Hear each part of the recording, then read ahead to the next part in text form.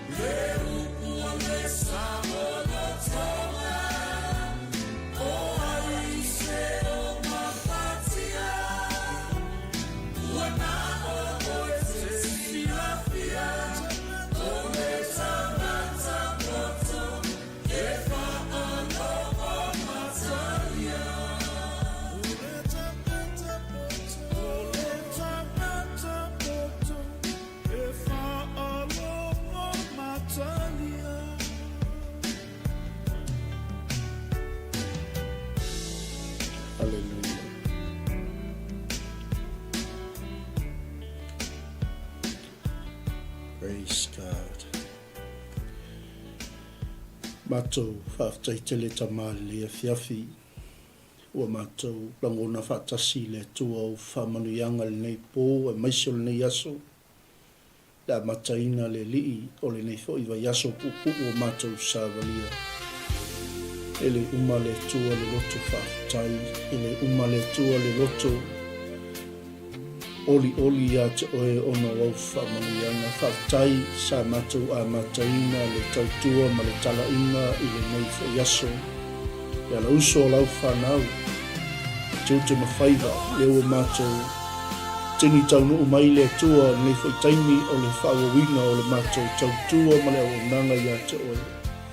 Matou whapeifo le nei a fiafi. Ia matoa i vi ia ma vi ia o lau a fia.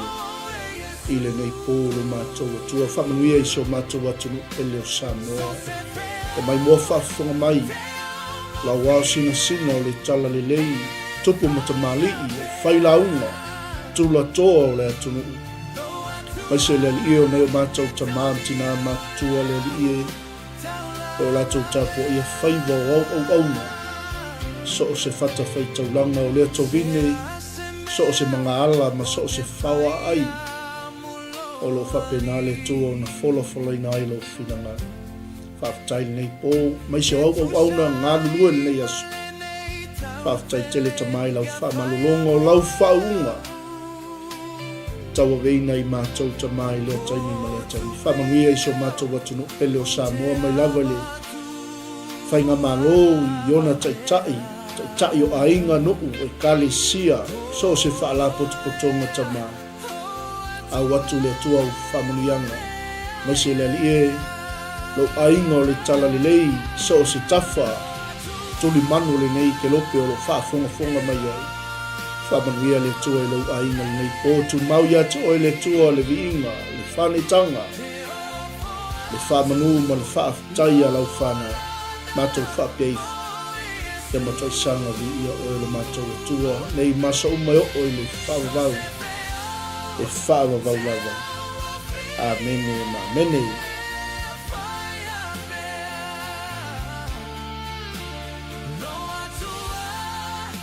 E mua ona toi whaafelo ai atu ma whaatalo whaatu lo ainga o whaatotua. Ele nei vaenga o le fiafi o le aso lua le nei o le aso lua sumalvalu o le masina lo na wha. Ia po masina o apurura leo tātou savalia ni tausanga.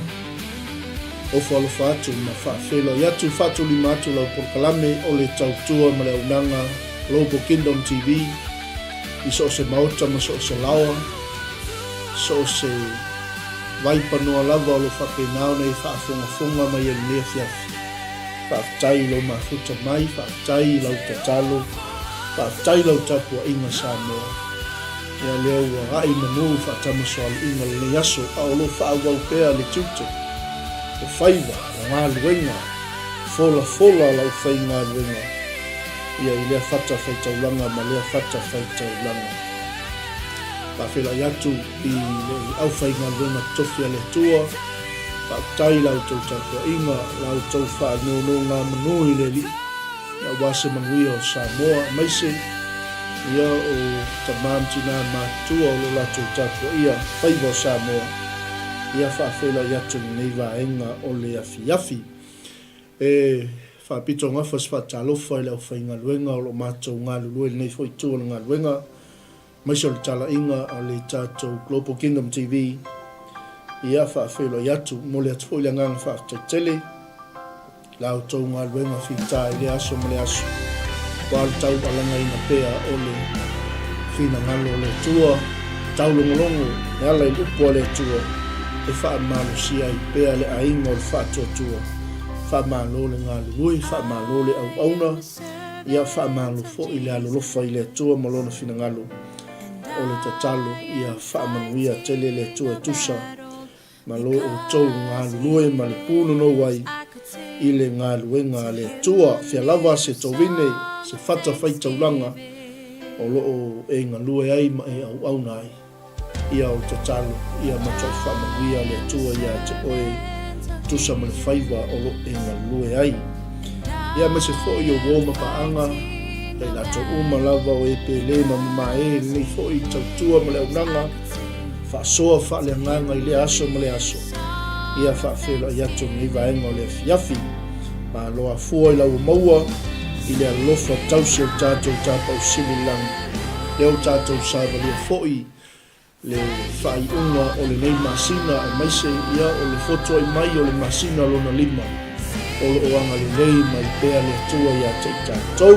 Ia vi ia la le tua ni vai ngole fiafi i le pale pa au mai o tātou ai ngai lunga o pe au ngalu e le nei po le tātou le ua whata oto to whanga o mai noa mai whaafonga mai fo i lo moto mo lo lawa niso i la tau o lo whea ngai ma ngā ruenga le lea fiafi ia whaafelo i atu lunga o tātou YouTube live, lunga o tātou website, lunga o tātou app, ia masi fōi o le tātou Facebook live, ia o platforms ia o lo anga ia tuai le tātou auaunanga.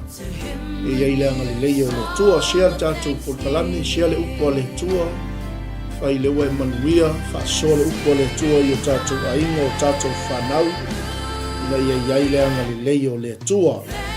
Ia se e atu le tātou whaatalofa me fiafi, whaafelo i atu le tofine i le li, le tofine ia anga leia ngā lofa mafuta mai Palmerston North, ni vaenga le pō, ia whaafitai le mafuta mai, whaamaloa tuko i le au-auna, le tua malona whina ngalo e ala i le tātou Faasoa, ma le tātou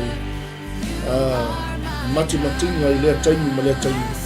Ia le tua whaatau le mafuta mai, whaamanuia fu le tua i whenga iei man pokalami, le fiafi, nei leanga le leio le tua i Faasoa. Ia whawhela i atu fo i le au-auna le tua mafuta mai i whanatua, Florence, whiangainga, e mese fo i sunga whawhengainga, i ananai, whiangainga, ia lava le tua whaatau fo i mafuta mai le fiafi, iei leanga le leio le tua, whainga mālo ronga fo i nei pō whawhela i atu fo i lau oma le tua sunga whawhengainga ia sua la ulu mata mua mafuta mai fo i nei baenga le fiafi ia whaamanuia tele le tua ia le ngata fo i lea whawhela i atu le whine ia Sally whawhtaili mafuta mai Sally whaamanuia tele le tua i le whenga e fo i mga luenga nei pō leu sau auna i J.Jimmy Brown Miliamu whaamanuia tele le tua i le anga lei o le tua ma le pai o le tua ia i le ngā luenga o lo tātou whaipaanga ia mo tātou ngā lulue ai o le momoliina o le whina ngalo le tua i so o se tulu inga o le neilo langi tātou tautua o le whaamalisi au Faasoa whalenganga ia vi ia le tua ma lo whaafitai ngā luenga le lei ia wal whalau tele ina o le malo le tua, tofu tangata ma le whaiva o le wala awina mai le tua, ia o lo tātou pūna nou mga lulu e ai, o le whalau tele ina le nā o le malo le tua, e le o ni tau wanga lotu, e le o le taulangi lotu, e le o le mapo lotu, e le o le taulangi mamalu, a o le whalau tele ina o le whina ngalo le tua. Whaamalo sia pea i tātou i le tala le lei. Ma ia tātou mau o le nofo file mu, o le nofo whealo whani e pei o la Yesu. E i loa utou ele larolangi o uso o moni utou, pe au utou whealo whani. O le Faasoa le nā mo tātou nia fiafi. Se o tātou tufa, ma Faasoa i le anga le lei mai o le atua ia te i tātou. E ala i ana whaamanuianga i so se vaenga ese o lo whaamanuia mai eile atua ia te tātou ia e mo moli atu lava le whaamalo le au whainga ruenga le atua le au fola ia e mai se fo'i o le woma paanga ia i lātou uma lava o lo Faasoa ina atu le upua le atua i lea taimi ma lea taimi ia o lau share o lo au atu ai le upua le atua i so o se tulu i ngā lava o le nei lalolangi. Amen. Ia le ngata fo i lea ore ngalo ia te oe o le whaiva o le tiute ma le matawha i oi leo au mai le atua ia te i tātou. Pēno Faasoa i le kalesia i le a Yesu le kalesia le li. E lesta mai whaiva o le wala aua le tua le ilunga ia te i tātou. Amen. O leua whaamanuia mai le tua. E ui lai o ia i tātou. Ma o ia whaamanu o whanga i tātou savalinga i tofu tofonga o lui tau. E maise o pōpua ngā ma whainga tātou te whisanga I lea taimi ma lea taimi. Ao tangata o wala awina e lea tua, o tangata o filifilia e lea tua, o le tangata manuia. Mai le wholofolanga Yesu, e maua o tau e puapuanga. Ai o te letu ua o tau, o te letu ua lava o tau, o e mato o te iati o tau se ia o le ngata anga. Ameni, e ui la e tātou te whisanga I pēa ma whainga tā, o mea matui tui, o mea o ona, ai mai se o puapuanga e o mai a te tātou, malanga al maliu male oti, o tātou o tangata manuia.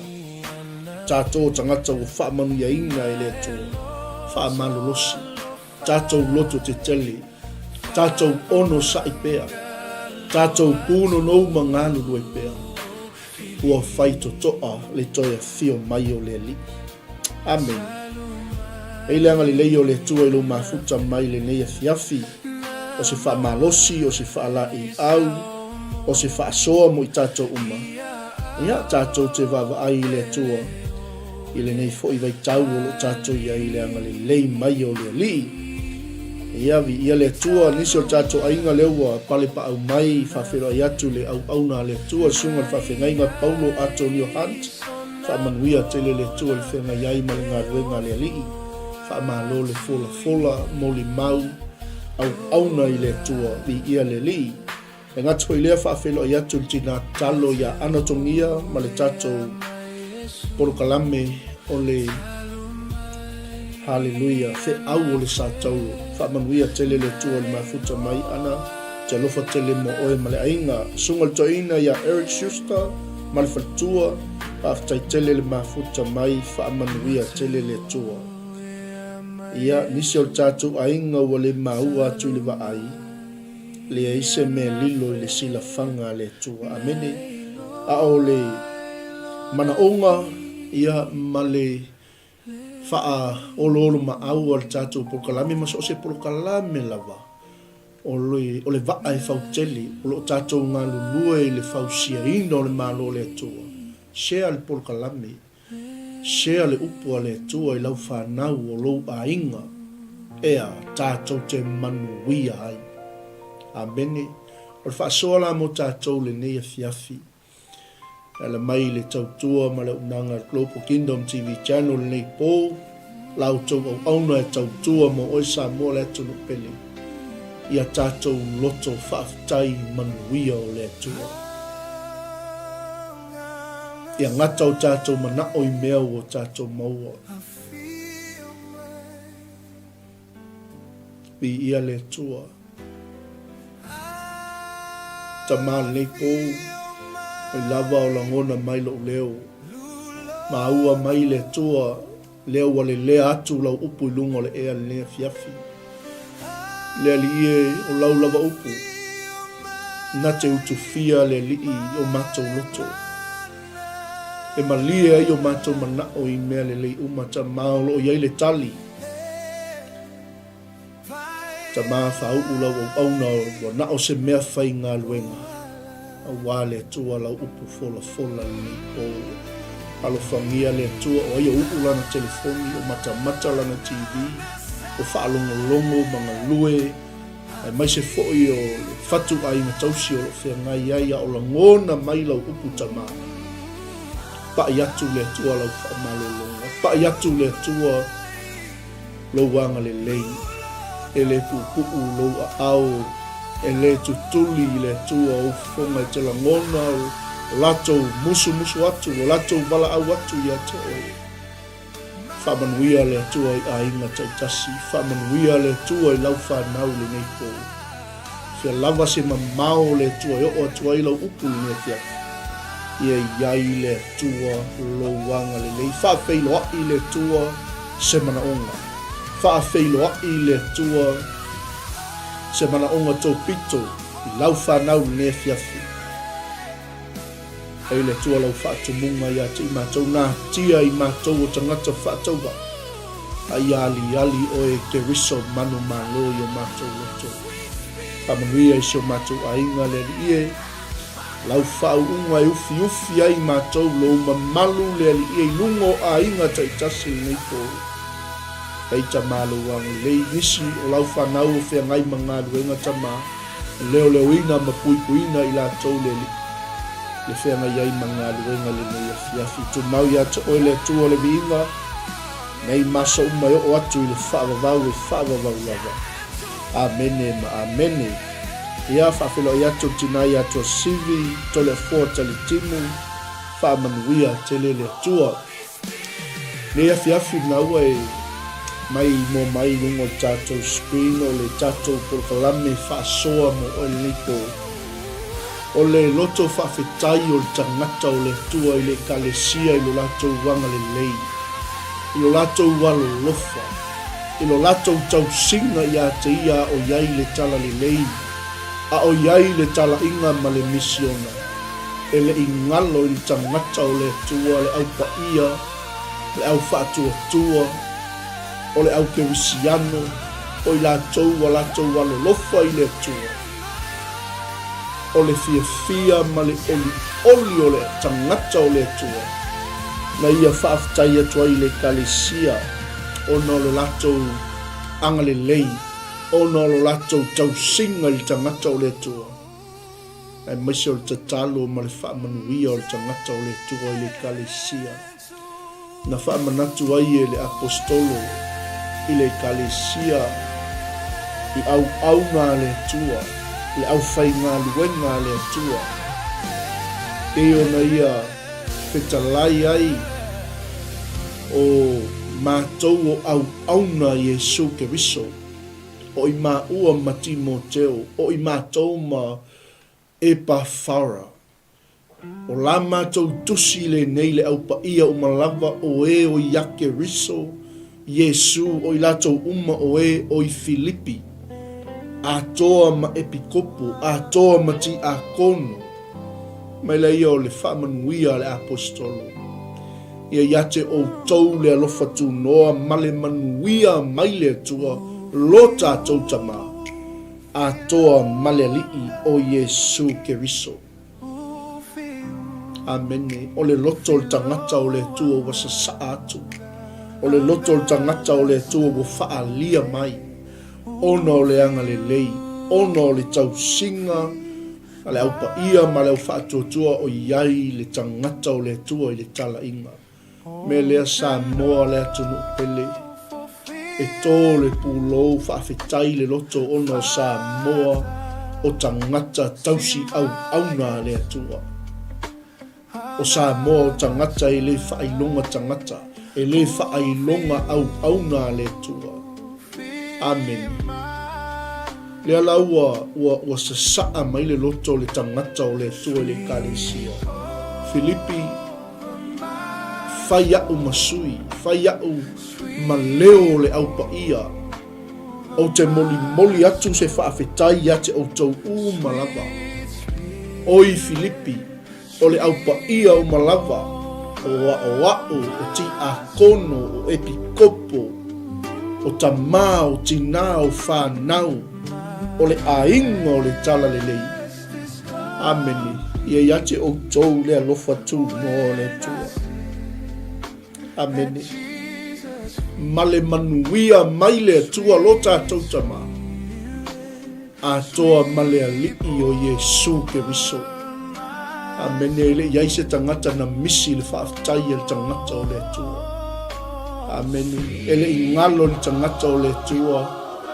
Le mea le leina whaia ele e kalesia. Ele ingalo le tangata o le tua. Latou uma o e naanga le leia te ia male auso. Langa ngai tau mai ei Timoteo. O nai tau mai ei o mātou o auna a Iesu Keriso. Amen. Ele pe yon Faasoa atu lau polokalame le leia fiafi. O i latou uma ua filifilia e le atua. O i latou ia o tangata manuia. Amen. Alleluia. Maila ia o le loto whaafetai o le apostolo po tangata o le atua le kalesia o lo iai nei mau o lo whaamafaina mo i tātou nefi afi peona i sila mai. Filipi, o te whaafetai lo ua tua i o manatu ia te o tau. E ui o tātou le toi mafuta. Ameni, e ui o tātou vala. E ui o lo nono tia au, ona o le tala le lei, e ui o lo whengai au mapuaponga. Ai le au noa la whaatonga male fia iau tatalo mo o tau malava. Ameni. O te whaafutai atu i loo atua, i o manatu ia te o tau.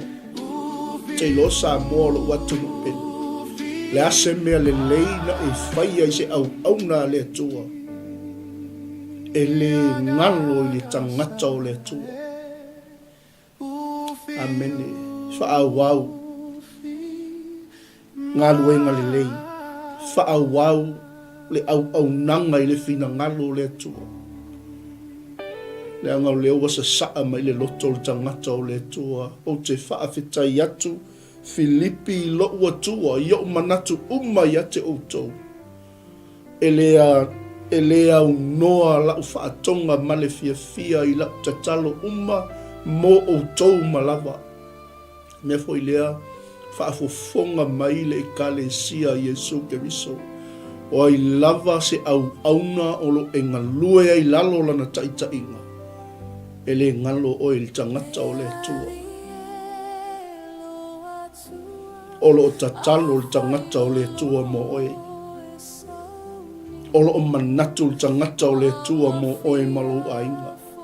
O lo whaatonga male oli. O lo whaatonga male fia. O lo tatalo mole aupa ia o malava. Amen. Hallelujah.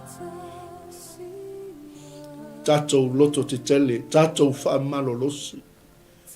Tātou wawa ai i le onga ma le sawa o le a ngai mai o suinga, o le a ngai mai o le tonga fiti ma mai leia le ti apolo e mai leia le whanau a le atua. E awane ngalo ia te o le wha malunga o lo e au auna iai i lalo o le tangata o le atua. Amene mi ia le li. Ele i ngalo i tangata o le atua le 𝚗𝚘𝚎 Ele i ngalo i le apostolo le anga le lei o tangata. Ele i ngalo i le tangata o le atua le tausinga tangata ia te ilatou. Ele i ngalo i le tangata o le atua mea umana whaia tangata ia te ia. Ale whai mai tala tamaloa au te whaafetai lo ua tua Filipi i o manatu ia te outou. Amene. Bi ia le li e 𝚗𝚘𝚎 a tono i teime te manatu ai ua tu lafua ina oe ua le amana ia ina oe. Amene. A tono i teime te lua whea ngai ma whainga tā ma puapuanga. Amene. Wai manatu wale manatu atu se tangata ia te oe. Ele i ngalo li tangata o le tua le 𝚗𝚘𝚎 lea. Ao ma le pō ma le ao e manatu i le anga le lei o tangata. Mai a e le au noa lau whaatonga male fia iau tatalo mo o tau lava. Amen.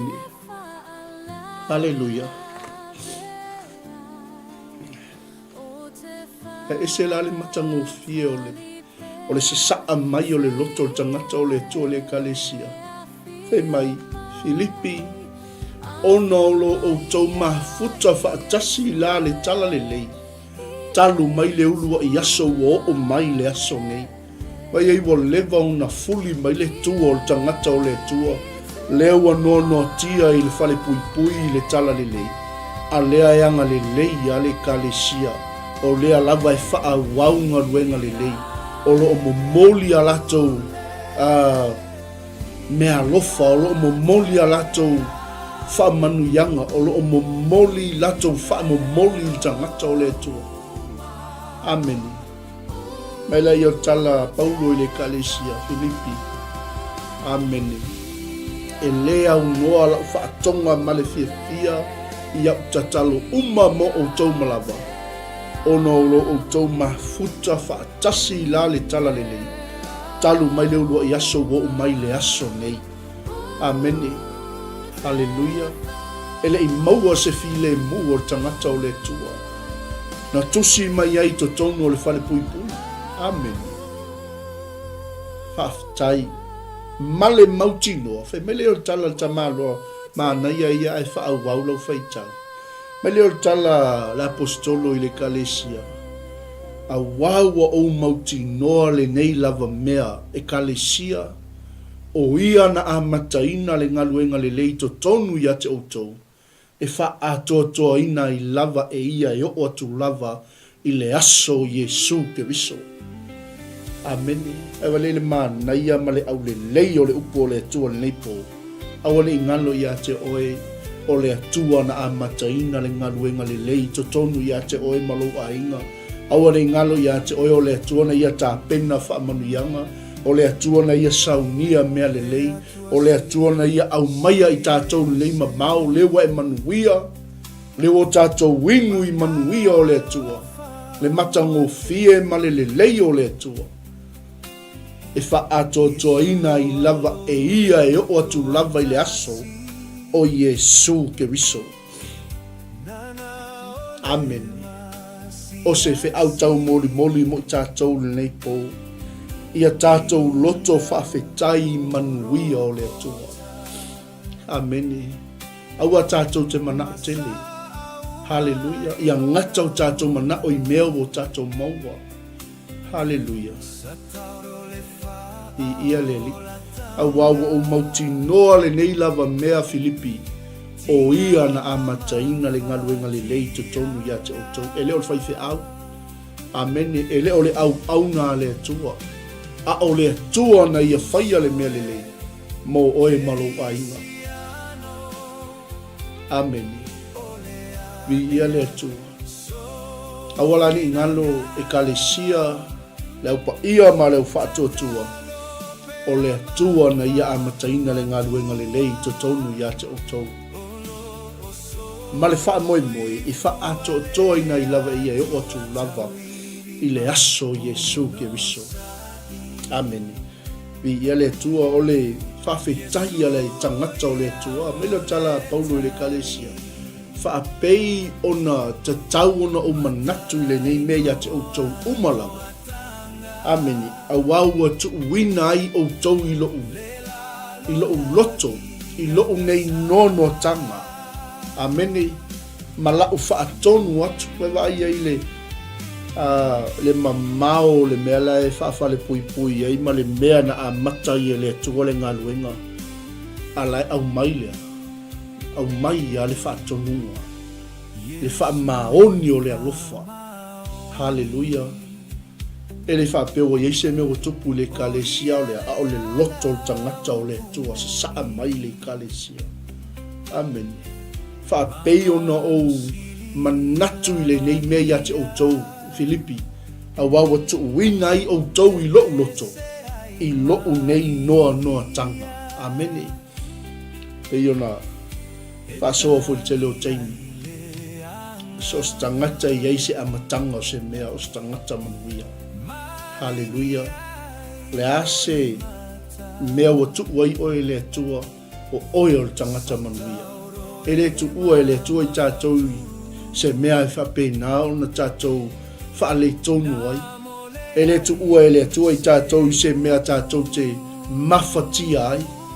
E le tu ina e le atua i tātou i se mea tātou te polonga ai. Amen. Hallelujah. A fe mele tala al tamalo le tangata o le atua. A wawa tu wina e le atua i loo loto. I loo nono tanga. Ma lau wha tonu atu ia te outou. A toa ma lau wha maoni le tala le. Amen. Hallelujah. Mai le al tala le apostolo. o loo tofu sia whaatasi tātou umalawa. Ma ui le alofa tu noa wa ia te i tātou. Amene. Hallelujah. Vi ia le atua. Aia le te leo le alofa o le atua. Amene. Le wha maoni o le alofa o le atua. Le wha alia mai o le alofa o le atua. Leo wa. O le wha maoni na o le atua tofu ai tātou. O loo wa tofu sia whaatasi ai tātou. I le alofa tu noa o le atua. Amen. Vi ia le atua. A o le wha manuianga na tu wina le atua le loto le tangata o le atua.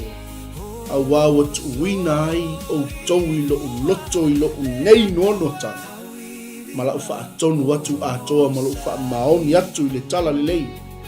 O lo tofu sia whaatasi tātou umalawa ma ui le lofa tu noa le atua wa iatea. Amene. Amu ia se kalesia wa saa tu ia le loto tangata o le tua. Amene. Amu ia se kalesia wa wha manuia ia le tangata o le tua. Amene. Mea tala tamalo te whaafta yatu I lo tua yok manatu ia te outou.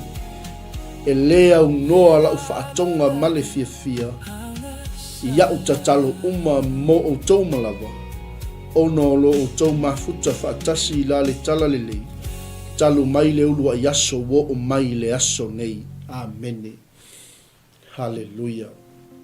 Vi ia le li. Awane I muta le whaatonu atu. Amene. Awane I muta le ao atu. Awane I muta le fola atu. Awane I muta le moli mau atu. Amene. Awane I muta le fesoasoani atu. Anga le lei atu. Amene. Vi ia le li. Whaapei o le tangata o le atua wa tu wina I le atua o tau I loo loto. I loo nono tanga. Ma lau whaatonu atu ia te outou. A toa ma le wha maoni. I la le tala le lei. Amene. Alewa. Alewa tofu sia whaatasi ei tātou. Malawa I le alofa tu noa o le atua. Wa ia te au. Amene. Eise me lilo sila fanga le tua. Amen. Me umalawa ele ai se me lilo le sila fanga ati le tua. Amen. E o lava I mana tuna tungo le loto. O mafau faungo le loto. O mea umalawa ua. E vai e nga o le atua nate sila fia le mea le loto o tangata. O lo o le mafau fau o tangata. O lo o le anganga o tangata. Amen. E maila I o tala tama loa I le kalesia. A wawa sila fia mai le tua ia te au.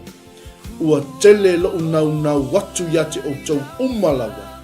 I le alofa muti vale o Yesu Keriso. Amen. E teilo ai alofa I tangata I le alofa fal tangata. E alo alua muta alo alofa. Amen. Ai alofa I tangata I le alofa faa le lalo langi nei. E alua e fiu. E alua e give up. Ai alofa I tangata I le alofa faa le atua. Amen. E te nau iai. E te tatalo mo le tangata le nau. Amen. E te faa manuia iai. I ia le atua. E te alofa iai a te ila atou lea. I le alofa muti vale o Yesu Keriso. Amen. Ale ua tau watu e le apostolo I le kalesia. A wawa sila fia mai e le atua ia te au. I loa le lei le tangata o le atua. E leise me lilo le sila fanga le atua. Ua tele lo una watu ia te outou. I le alofa muti vale o Yesu Keriso. Amene. Amene.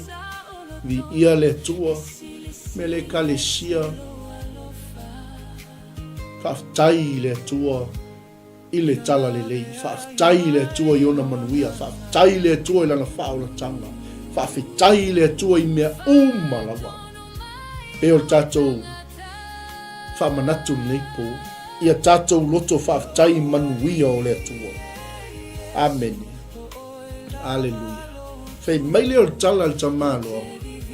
E kalesia. o lau tatalo fo i le nei ia te outou. Ia whaatupu te leina pea lava lo outou alofa. Male i loa le lei, a toa male whaauta uma. Amene. Vi ia le ali. E ia le taimi e ngata i le alofa o tangata. Amene. E le avatua lo se mea uma lo alofa. Amene. Vi ia le atua. Vi ia le ele tatalo lo fai fe au fai mai lo ia. Awal ko ya ves ko nga ilo wale mana tua i tatou tatalo lo fai fe au. Vi ia le ali. E misi lo le asiasi al fai fe au. Le alofa. Hallelujah. Ai fai mai le tatalo al tangata o le tua. Filipi. O la utatalo fo i le nei. Ia whaatupu te leina pea lava lo o tau alofa. Amene. Mai lava i le ulua i aso na tātou mafuta i la le tala lei. Se ia o mai le aso nei. Amene. Ale fai mai tala tangata o le atua. Boto wina ia le atua i loo nei loto. I loo wha maoni i loo nono tanga. Ele ngalo a fika i siona vau. Amene. Amu ia i tātou o le kalesia Yesu ke viso. Ele i ngalo oe i le atua. Amene. E ila taimi tātou te langona i le vai tātou te langona i le musua, tātou te langona i le whaapalapala, tātou te langona i le paie, tātou te langona i le whaavai. Amene. Tongi le solo. Ai le o ngalo oe i le atua, leanga o le atua na wala awina i tātou. Ia whatupu te leina pea lo o tau alofa. Amene. Vi ia le atua. Male i loa le lei. Vi ia le nono winga i le ngata i le muta o aso uma ia iai se mafutanga vāvala lata i tātou male atua. Leanga ai iai se mafutanga vāvala lata i tātou male atua. E tupu pea logo alofa. Peanga leanga mai e te alofa pe iai. Amene pe ino mai e te alofa pe iai. Pe fuli mai le tua e te alofa pe iai. Amene po atala e fai mai e te alofa pe iai. Amene. Male i loa le lei. E puna whanau le alofa, e puna whanau le i loa le lei o le atua. Pe a fai e iai se tatou mafutanga vāvala lata male atua. Amene. E te le la le sa saa atu le loto le apostolo i le kalesia. Leanga o le kalesia na latou amataina. Aleluia. O le kalesia na latou loto whaatasi. O le kalesia na iai mawhawhine ilo na amataina. Whapea manisi o le kalesia na amatai whawhine. A o whafonga maiti nā, tō whawhine. A mere a wise pō mo tina le po. Whamalosi tina. Whamalosi tō whawhine. E te le tō wala awina i le tua. Hallelujah. Mai leo tala ta maloa. Ia whaatupu te leina lo o tō alofa. Male i loa le le. A toa male whaauta uma. Ele misi ale mea le i tusi ale apostolo po le upu ale tua. Amene langa i tangata e alofa. E tangata e whai mai lātou te i loa le tua. E tangata wa mata utia whai longa wo lātou maua. Le poto ma le ata mai. Ai a tātou wawa ai ele ai se whaauta. Amene. Hallelujah. A ola ina le ai se whaauta. E whai a fua mea uma. Amene. Ni ia le li. Pei foi in le tusi ai le kalesia i Korinito. Ia mataala pe lava o tau le lava mea a toa ma le whaauta uma. O mai aso leanga. O tato iai aso whainga tā. O tato iai aso amuli. O leo tato iai aso muli. Lea le wingo le tala al tamaloa. Ina ia le masino ia te outou. Mea winga ese uma lava. Ke lola le keimi e whatupu te leina i lo alofa. I loa le leile atua. Iai le whaauta ia te i tātou.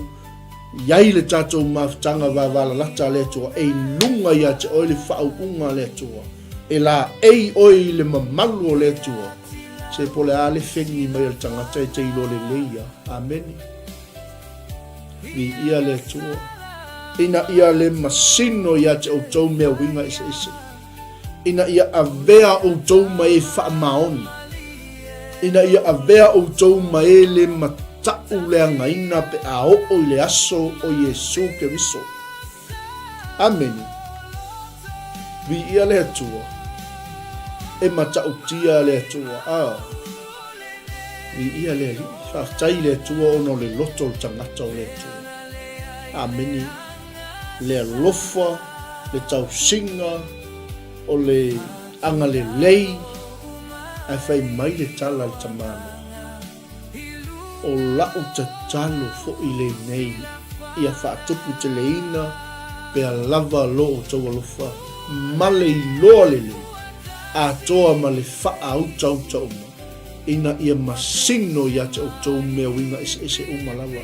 O ala whengi ale fili, o a mai lei matonga fiti e tami mai aliti apolo.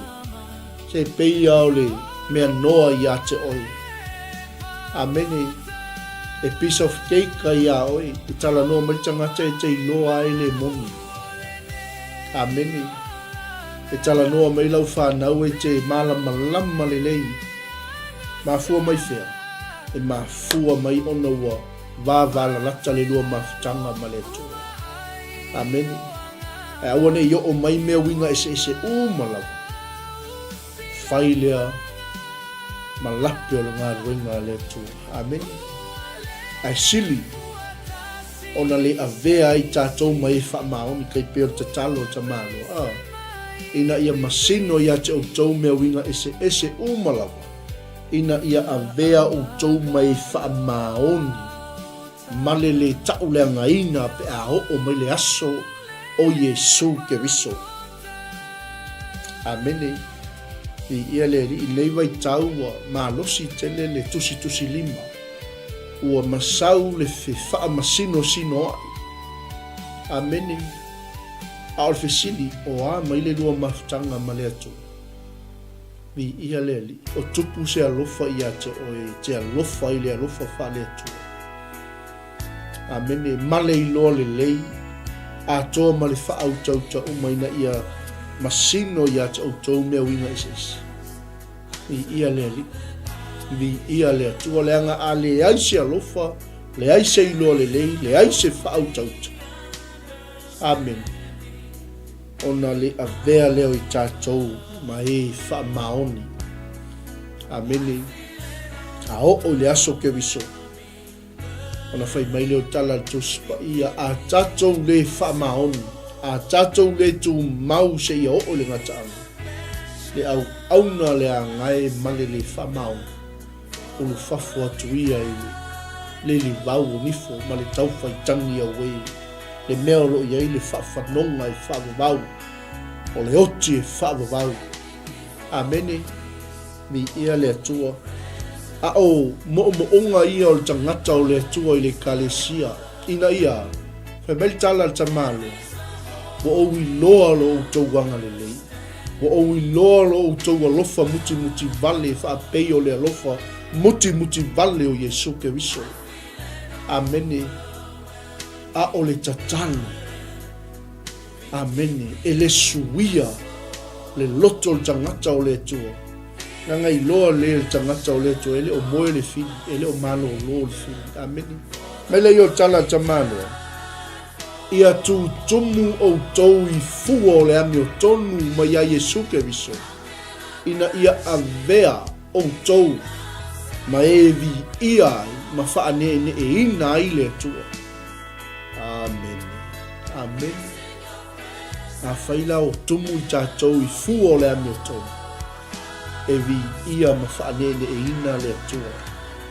Amene, e whaolaina tangata i lea. Pe a whai e tumu i tātou i fua o le ame o tonu.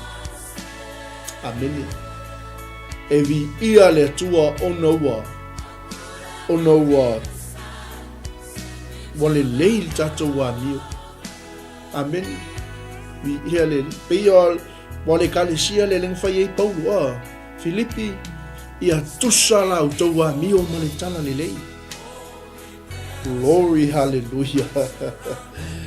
Amen. Ia le ata o tangata e faa loto lua. O le ata o tangata la ai luma, la ai tua, la ai luma, la ai tua, la ai tonu, la ai fafo. Amen. E saule li i fo i tua, saule li i fo i tua. Amen. Vi ia le ai a fai e tumu i tātou i fuo le amio tonu mai a Yesu Keriso. Ona vi ia le ma faani e ina leo le atua. E ale ise fuo le amio tonu. Amen.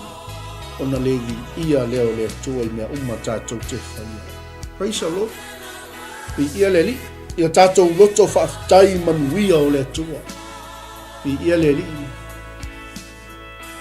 Vi ia le atua. Ia tātou loto whaafitai mea wa.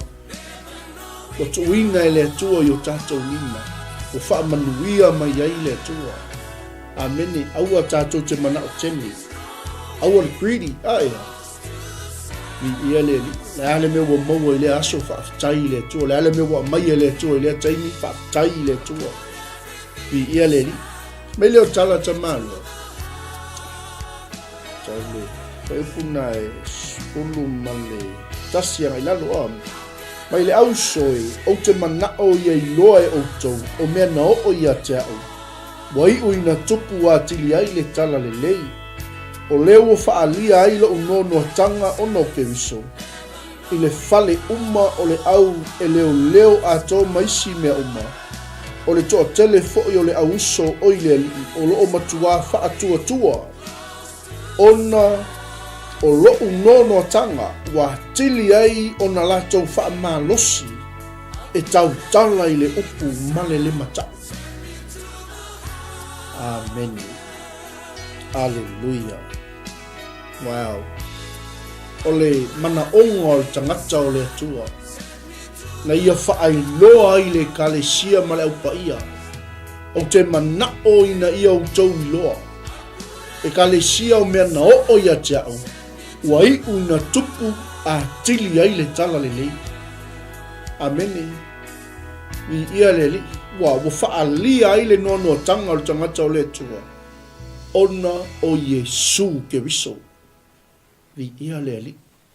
Amene. Le tiofa i mei tala tangata o le atua. A Yesu si meo te mita ai tau o le sa tau o lo wali. Amene. Ale fai mai ai i. O leo o whaalia i lo unono tanga ona o Keriso Yesu. Amene. Au te mita onga ua ke le sau whale fau o lo e ngofo mai papa ao ai mai alala ai. Amene.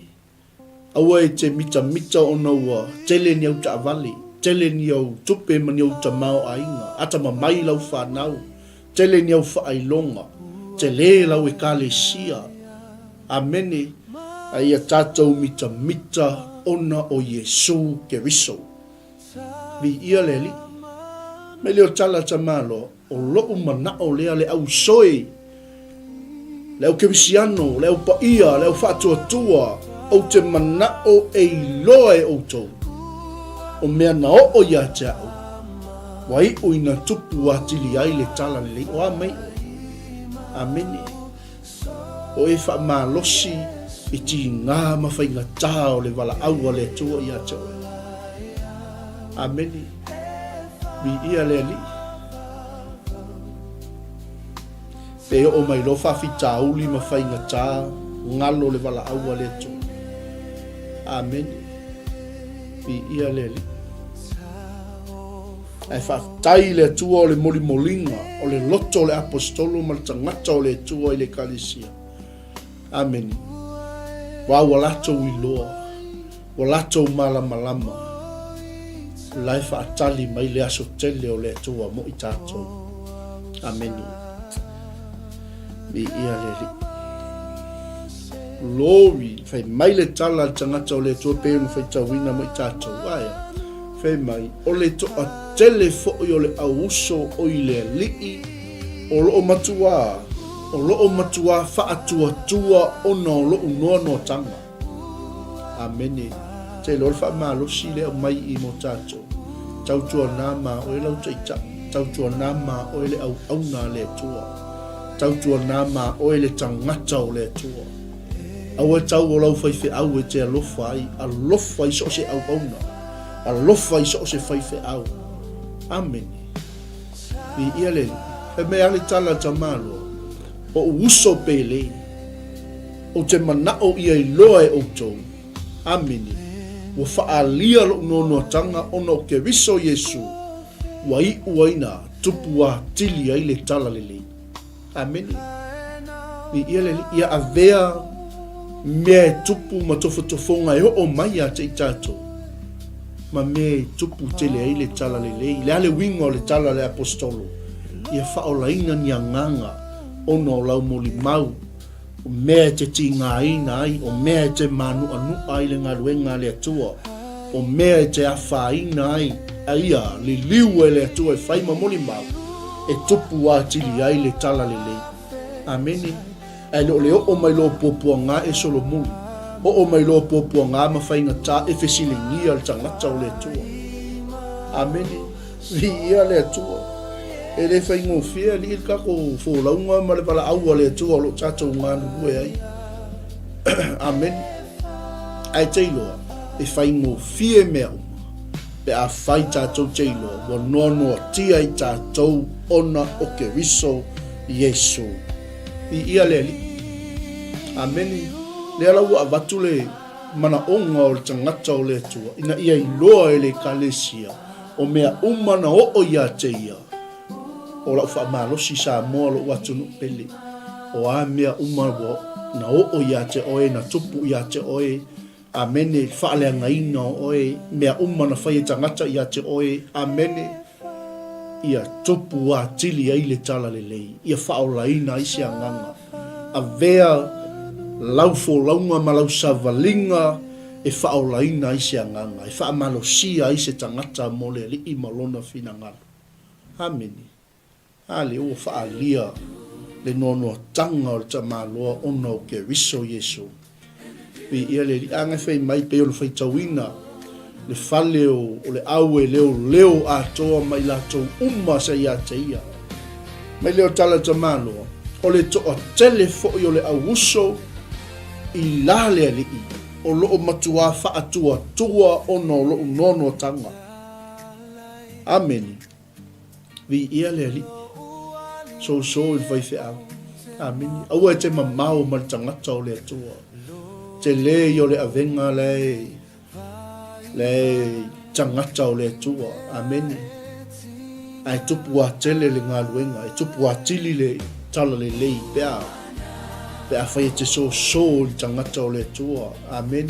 Fe soani anga le lei. I ia le li. Ngā lulue whaatasi. I le wha maoni, ngai pe on Faasoa atu aia. I ia le li. I le loto ngā tasi, I le fealo fani. Ina ia le matau le ngaina I tātou le aso o Yesu ke wiso. A wātili e ona, wha malosi e tau tala I le upu male le matau. Amene. I ia le atua. O a mai o le nea fiafi. I ia le li. O a mai lau au nanga I le atua. O a mai le ngā luenga le atua. O a mai lau wala awina. O a mai to tonu o lau ainga. Nanga tasi lea mea o loo whapena o mea o loo tutupu I tātou savalinga ma le wholaunga. O mea tutupu I to tonu o loo toi whale o tātou ainga. O mea tutupu I tātou savalinga. A ua a whaina ai le ngā luenga le atua. Me le ese ma le tāua o mea umai a mata mai to tonu o le aina. Amene. O mea umai a mata mai to tonu o lo maota ma lo lawa. I ia le li. E ui lai le to tele ma le anu ai o le awuso I la le li. Ai whai mai le tala le apostol. O loo matua whaatua tua I la tau ona o loo nono tanga. A ua tili ai ona latou whaamalosi e tau tala I le upu ma le mata. Amene. Vi ia le li. a o mai pua ngā mawhainga tā ia wha malosi tātou e tautala i le upu ma le lema tā ma le whewhi ai tautala ma le awa tautala ma le mingao ameni ngai whai mai ia le apostolo o isi fo'i wa tāla ia ke riso ma le mataua lama ameni bi ia le atua ia le ala au mai ai i le whamauninga fo'i o mai ai le ruai e ka le sia unga tōpulanga o isi senturi wa mawai atu sa ia o mai le taimile ni a le whai mai le tala pauloi o le ai ma le au whaaleanga mea vi ia le li o isi fo'i wa tā lai a ke riso ma le mataua ma le finau vali amene a o isi wa tā lai le loto le lei mi ia le atua kai pei al whata oto hoi le a e ola whaatasi al titania ma le saito mi ia le li o isi e tā lai a ke riso ma le finau vali aleluia o isi wa whaia mea ma le wha maoni i ia le li ai whawhitai le atua i lona wha manatu mai a te tātou lefia praise the Lord ua ia toe au mai ai se whi au mo i tātou le alau tala inga nei te tāla i e nei times o e tāla i ma whina wale amen o e tāla i na ia maua ele vi ingol tangata vi ia le atua o e tāla i na ia glory hallelujah o isi wa tālai ma le mataua ai le i whewhewe leo whātotua ea e tau tala i le upu ma le mata e ui e iai la tau e tālai ma le whina wale tālai ma le loto leanga tālai ma le loto ti ngā i ia le li e le whai ma le whamaoni aolo la toua o loo manatu natu i la tau e whao popo ai le popo ngā i le nono tanga o le tangata o le atua amen vi ia le li vi ia le atua ia tātou mataala matatalo atoa ma le whaau tau ma ia tātou loto whaftai manuia o le atua glory hallelujah vi ia le li se i whaitauina ia nei whai upu ia whauina leo tātou mai le whai upu suma lima le so o tātou Faasoa o isi whai wa tā lai ke riso ma le mataua lava ia lea la ma le whinau vali a o isi wa tā lai le loto le lei o e tā lai ma le alofa wa i loa i la tau wa whaatuina au ina ia o tū atu mo le tala le lei a o e tā lai ke riso ma le whinau vali e le whaia ma le whamaon o loo mana tu natu i la tau e whao popo ai le puapua ngai le unono tanga o le nei pe whapewhea e ui lava i whainga uma pe whaatanga whai pe whai ma le whamaon ua tala ina atu ai ke riso o le mea lea ua ou oli ai oka o kai amen o le wingo le tala le tangata o le atua o lea lava e tala i atu le tala le lei o lea lava e whainga luenga le lei i lona nono tanga ma wha malosia le au pa ia uma lava i le au wha atua tua o lo la tau ngalu lua i le tala ingo le tala le lei ala vue kala ia ngaise ua li ila inga ia wha upopo ai pea le nono tanga wha upopo ai pea popua ngai le nono tanga o le apostolo i ia le li o le fili kami ang ale fili le spiko amen vi ia le atua o isi fo'i wa tā lai a ke riso ma le mataua lava ma le finau vali a o isi wa tā lai ma le loto le lei amen vi ia le tu afe metala te malo o e tā lai a ke riso ma le finau vali e le whaia ma le whamao au o lato mana tu natu yo lato tala inga ina ia whaupopo ai le puapua ngai lo umono tanga. Amene. A o e tā lai male alofa. Ni ia le tua ua i loa i la toua. Ua whaatu ina ai le apostolo ina ia whaatonu watu le tala le. Ni ia le tua. Ni ia le li. Praise the Lord. Meila i o tala tamalo. Pe wha pe whea e ui lava i tonga whiti uma. Pe whaata ngā whai. Amen. E intangata wha pe nai tono le o tō e ka lesia. Amen. Ka wai pe whaata ngā whai. I ia le li. Me tala l'apostolo. Awe te ngā lue whaata ngā whai. Awe te ngā lue male whina wale. Awe te ngā lue male manatu ia o ai pea puapua ngai le tangata o le tua. Amene ai whai mele tana le tamaru, le tangata o lo ia ile anganga o le tua. Le tangata o lo ia ile loto tele ile tala le lei. E ui lava i lea, e ui lava i tonga whiti uma. Pe whaata ngā whai, pe whai male wha maona. Ua tala ina atu Yesu Keriso. O le mea lea ua oli ai. Amen. E moni o te oli ai lava, wawa o i loa, e iu lea mea i lo manuia. Amene. Whaupopo ai mala o tau tatalo, a toa mala o tau whaatonga. Male fesoso ni mai o lea nganga o Yesu Keriso. Amen. E tusa malo whaanau atu, malo whaamoe moe. Ina ia o le mai se me tasi. Amene. Vi ia le tua. A ia o matua wha malosi. E pei ona o whaia e leo noa. E wha pia foi nei ona po. Amen. Ina ia vi ia ai ke riso i lo tino i le ola po o le oti. Ai leil manga ia i ole. Alleluia. Vi ia le tua. Le tangata inga lue a lai malamalama i lona i unga.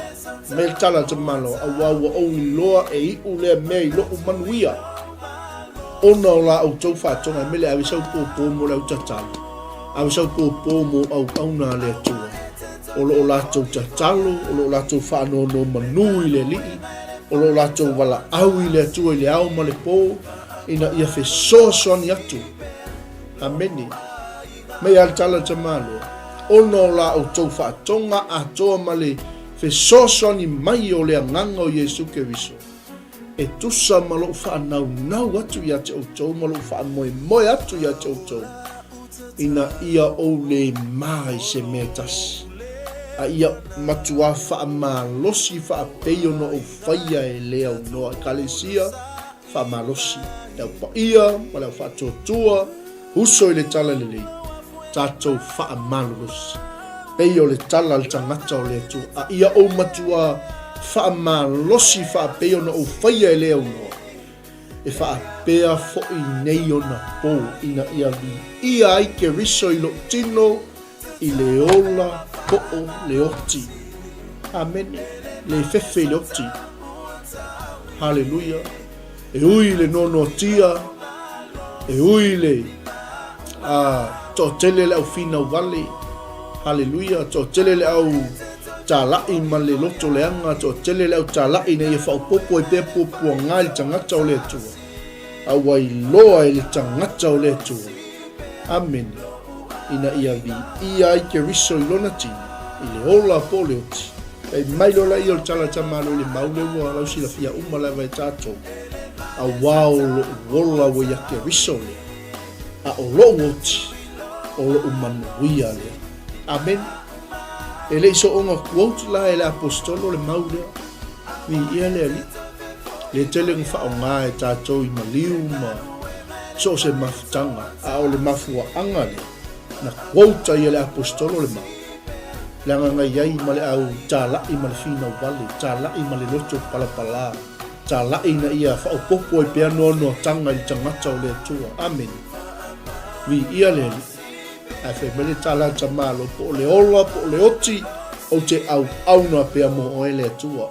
Wa i ule mea i lo manuia. Wa tupu a tili ai le tala le lei o a mai oi. Amene. Ama vai atu oile nei o langa. E ola pea unga luenga le. E ola pea lau tautua ma lau au nanga i le whaaula tanga le atua. Amen. Vi ia le. Mai leo tala tamalo. A wao lo wola wai ake wiso lea. A o lo woti o lo manuia lea. A whai o te ola i le tino. O le fua lea o la unga luenga. Hallelujah. A whi mele tala tamalo. Au te le iloa po o le whea mea o te filifilia. A wawa o wha le tonu i manatu e lua. E whai o le nau ina ia aluatu i le au pa ia ma le u whaatotua. Ina ia whaatasia ma le ngaluenga na lato a matai. A o le nau fo'i o le apostolo ina ia whaatasia malona ali. Amene. Mai leo tala tamalo. O le mea e sili ona le lei. Po te aluatu, po te alu sa o loilunga. O le mea e sili ona le lei. Amene. A wao lo wola wa yake riso lea. A o lo woti. O lo umanuia lea. A whai o te ola i le tino. O le fua lea o la umanuia. Amene. Bi ia lea tua. Aua e te pepe. Aua e te matau. Aua e te loto vai vai. Amen. A ia tatou wha malolosi. Ma tatou loto te tele. O lo i le langi lo tatou tau i tele. Amene. Vi ia le li. O le loto lea le tangata o lea tua. Amene. O le fia, o le nau i le kalesia. Na ia wha manatu i le kalesia. Filipi, o ia na amataina le ngaluenga le lei to tonu yate o tau. E wha ato toa mai e ia. Yate o tau se ia o i le aso e toia fio mai e Jesu Kristo. Amen. Bi ia le li. E ila tangata i lo amata. E le lo whai. Bi ia le li. Bi ia le atua. Ai whaaftai le atua. O le loto matala. Ma le loto sa atu o le tangata o le atua le kalesia. Na ia tau watu o le kalesia. Lipi. A wau o wha le tonu i manatu e lua. O lo ia te au. O te nau o te watu e wheloa i mautou. A o lo ia te au fo ina ia whaatasia o au ma lo ua li. O wololo ia ma u ngapatia i le tala le lei. A o le mea le sili ona le lei. Amene. Pe o te tu mau i le tino. O le mea sili ona o ngai a te o tau. Hallelujah. A fe me tala tamalo. Wo o mau tinoa le nei lava mea. O te tu mau. Tātou te tu mau fo i whaatas. Ina ia alualu o tau ma ia fia o tau i le whaatua tua. Praise the Lord. Amene. Ma lo le ngā lulue. Ma lo le au auna. Ma lo le moli mau. Ma lo le tālai. Amene. Ao se toi whaamanatu ma se toi whawhango mo i tātou. Aua ni tātou tālai ma le whina vali. Aua ni tātou tālai ma le loto le anga. Aua ni tātou tālai na ia whaupopo aini puapua ngā po ni le anga. I nisi au auna po nisi ngā luenga. Amene. A ia tātou tālai ma le loto lele. Ma le mautino. Amene. Ina ia tutu mau o i tātou. Ma ia tātou tutu mau whaatasi ai o tātou o leo whaatuatua. Ina ia alualu i tātou. Amene. Ma ia fia i tātou i lea. I le whaatuatua. Praise the Lord. Ia ole a whaumatu tātou Faasoa le nei pō. Vi ia le i maile e whaiupuna e luas fulu male lima a. Kosu mal wha. Peitai i a utu mau le tino.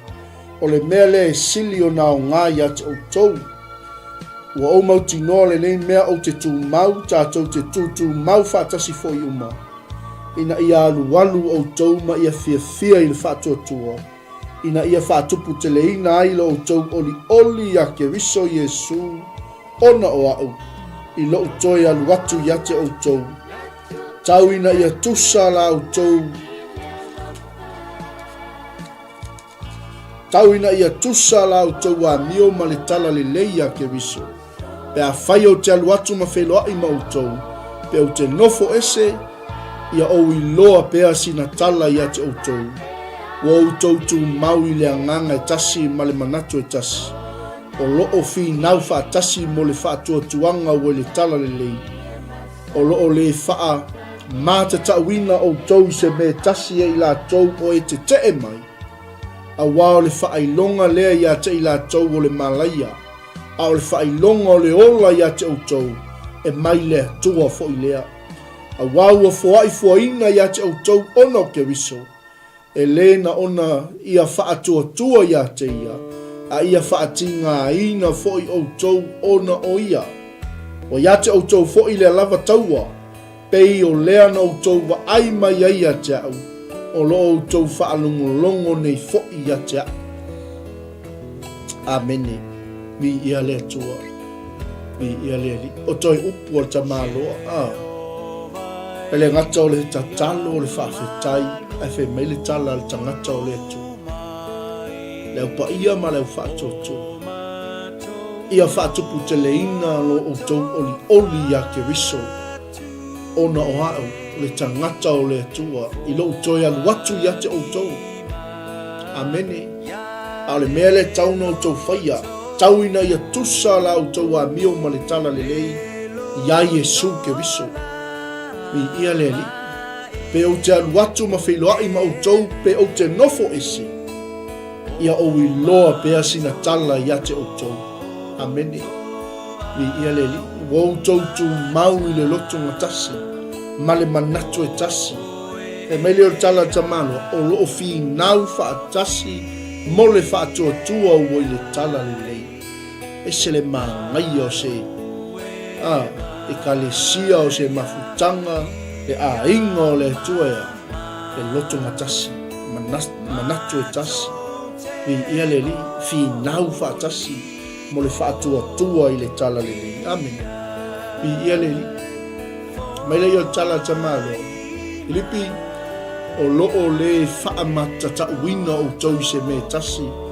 E i la tau uma o e te mai. A wale whailonga le ia te i la tau le o le malaia. Te lo sostangata te I whanu e malaia. A o le whailonga o le ola ia te o tau e mai le tua fo i lea. Amen. I eleli o lewa fuaina mai a te o tau. Yesu Keriso. Mi eleli. Mai leo tala tamaro. E le na o le tauna whaatua tua. E le tauna na o na talitonu ia te ia. A ia. Whaatinga ina fo i o tau ona o ia. Me le whawhetai ti ngā. Whawhetai tofo tofonga. Whawhetai whawhita auli. Whawhetai puapua ngai o mai. Amen. Mi ia leli. O tatou taua lea. Anga whai mai e tala tamalo. Wa yate o tau fo'i lea lava taua. Kale sia. Mi ia leli. Whapeino o tau wawa ai mai ia tea. Whapeo tatou wawa ai atua ia Yesu Keriso. Whapeino o tau whaalongo nei fo'i ia tea. Amen. Pe ion Faasoa matu whatu nei po. Sa mo le tunu peli. E le ngalo oi le atua.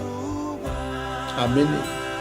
O le tatalu I whaatupu te leina pea lo o tau alofa male I loa le lei a toa ma le wha uta Aisea, ina ia masino ia te o tau mea winga ese o malama. Ina ia avea I tātou mai wha maoni male le matau le angaina pe a ho'o I le aso Keriso. Aleluia. Ina ia tumu I tātou I fuo le amiotonu. Ina ia vi ia ma whaane ina I le atua. Tamā whaamanuia si o mato watino pelo sānu. Whaamanuia le atua I whata o toi o tō whanga le neipo. Tō mau ia te oile vi inga. Whaamangalo le atua I mātou le ne fiafi. Se upu mātou se o malafo le li ie. Nei le atua lo wanga le leia te I mātou loa lofa. Wa I le whau matia ai mātou wa loa lofa muti vale. E fau pēr I lea tai au ma lea tai au. Whamanuia, lau au auna, le tō whine le whau wino le mātou polokalame le nei pō. Tō tātou mau ia te oe le vi inga nei masa umai o le whaavavau e whaavavau lava. Amene, ma amene, ma amene. Mo le atu le nganga whaatei tele sa mo le atu pele o le whai unga nao tātou Faasoa le nei pou ia tātou loto whaatai I manuia o le atua. Amene. E ona whaatai atuai o le tamaloa I le kalesia, o le kalesia na a mata I le atua, o le kalesia na latou a mataina, matina, o le kalesia na latou au auna I le atua, ina ia latou I loa o le atua na ia a mataina le ngā luenga le lei tutonu ia te I latou. Amene. E le anga leo le toa whamanuia tele le atua le nea fiafi, e wheleanga leo le atua I whainga malolongo le nei po, e mai se foi o le whaawawina o le au nanga manuia le Faasoa to whene ia anga le lei, le anga leo le atua I le a mataina le au nanga I le asoa tae au. Whaamanuia tele sa mo le atunu. Pele whaftailo mafuta mai, whaftailo whaawanoina o lo taini. Anga le yatu le atua whaamanuia I se manaonga, Ia I le whaamalolonga le atua I latou umalawa ua po ia I ngase ma mai o le tino. Ia I le whaamalolonga pa ia le atua ia te outou malawa. Le suafo Yesu. Amene, amene, amene. To God be the glory, forever and ever. Amen and amen. Shalom, shalom.